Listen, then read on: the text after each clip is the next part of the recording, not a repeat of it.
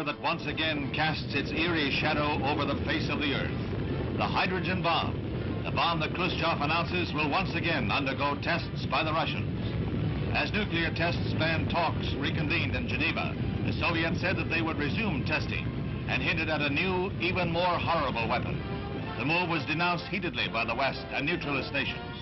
Adlai Stevenson expresses the views of the U.S. The Soviet government's announcement that it has decided to resume nuclear tests comes as a profound shock.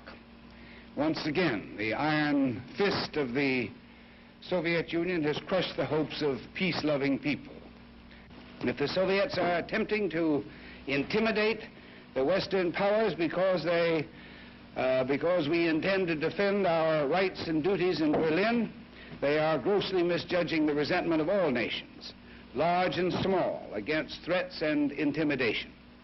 This is a dangerous tactic. It will not deter the United States and its allies, but it will make future negotiations all the more difficult.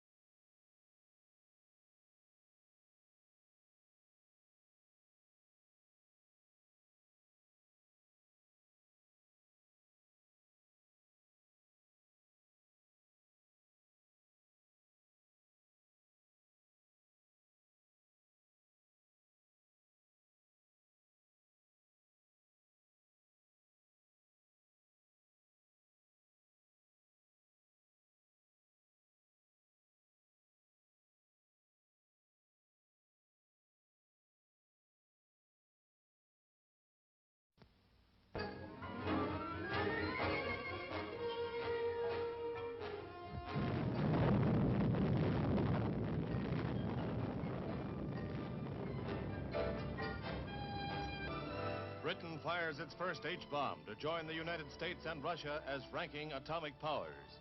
The thermonuclear device was fired high over its target in the Christmas Islands, keeping fallout at a minimum. But the test added heat to the mounting debate over the safety of atomic tests and came to on the eve of renewed disarmament talks between Russia and the West.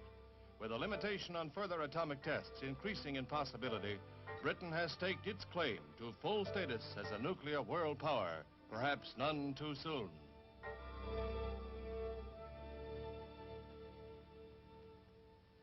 The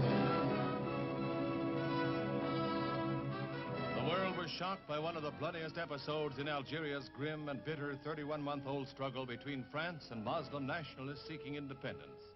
This is Melouza, a small native community after the raid in which every male over 15 was lined up en masse before rebel firing squads. These few escaped the raid that signaled a new wave of terrorism in Algeria. Nationalist spokesmen answered denunciations with countercharges of French atrocities, and both sides called for the sympathy of the outside world, which saw ravaged Melouza as symbolic of the savage conflict in which Muslim slays Muslim without mercy in the cause of Arab nationalism. The President's new helicopters practiced landings on the White House lawn in preparation for the job of ferrying Ike between his official residence and National Airport. The President was playing golf at the time, but members of his staff watched the whirlybirds go through their paces. One will airlift the President above the Capitol's crowded streets. The other will carry a Secret Service detachment.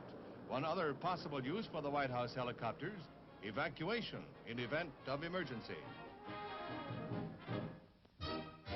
Israel reveals a two-sided Arab policy with a helping hand to its own Arab population, chiefly nomads who have settled down to farming, a painfully poor and hard existence in the harsh Negev desert.